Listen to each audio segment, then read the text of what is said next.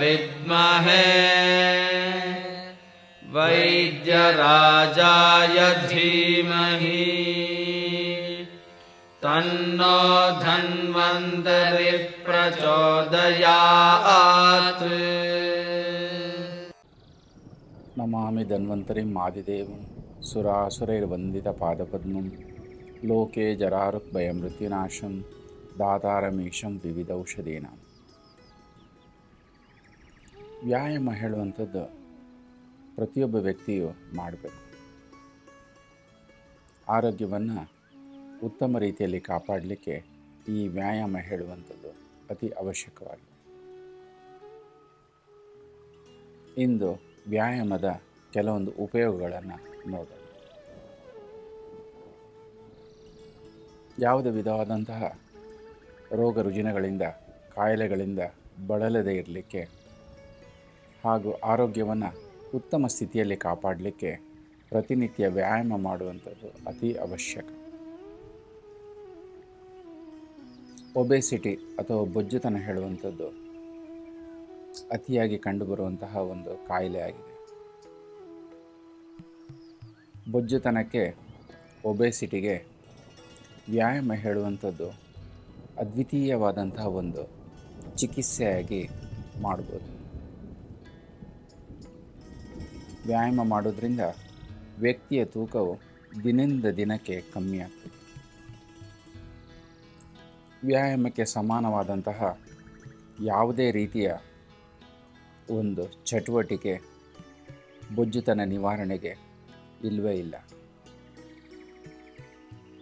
ಬೊಜ್ಜುತನವನ್ನು ಯಾರು ಕಮ್ಮಿ ಮಾಡ್ಕೊಳ್ಬೇಕಂತೇಳಿ ಬಯಸ್ತಾರೋ ಪ್ರತಿನಿತ್ಯ ವೈದ್ಯರ ಸಲಹೆ ಮೇರೆಗೆ ವ್ಯಾಯಾಮ, ಶಾರೀರಿಕ ಚಟುವಟಿಕೆಗಳು, ಓಡುವಂಥದ್ದು, ಜಾಗಿಂಗ್, ಜಿಮ್ಗೆ ಹೋಗುವಂಥದ್ದು ಇದನ್ನು ಅವಶ್ಯಕವಾಗಿ ಮಾಡಬೇಕು.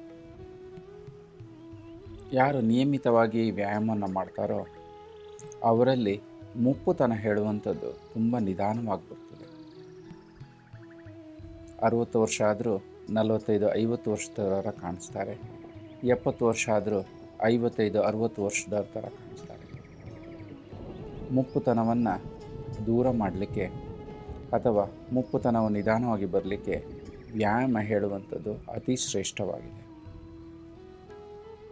ಮಾಂಸಪೇಶಿಗಳು ಅಥವಾ ಮಸಲ್ಸ್ ಸದೃಢವಾಗಿರಲಿಕ್ಕೆ, ಆರೋಗ್ಯವಂತವಾಗಿರಲಿಕ್ಕೆ ವ್ಯಾಯಾಮ ಹೇಳುವಂಥದ್ದು ಒಂದು ಪ್ರಮುಖವಾದಂತಹ ಸಾಧನವಾಗಿದೆ. ವ್ಯಾಯಾಮ ಮಾಡುವಂಥ ವ್ಯಕ್ತಿಗಳು ಸುಂದರವಾಗಿಲ್ದಿದ್ರೂ ಸಹ ಕುರೂಪಿಯಾಗಿ ಕಾಣುವಂತಹ ಒಂದು ಸಂದರ್ಭವೇ ಇಲ್ಲ.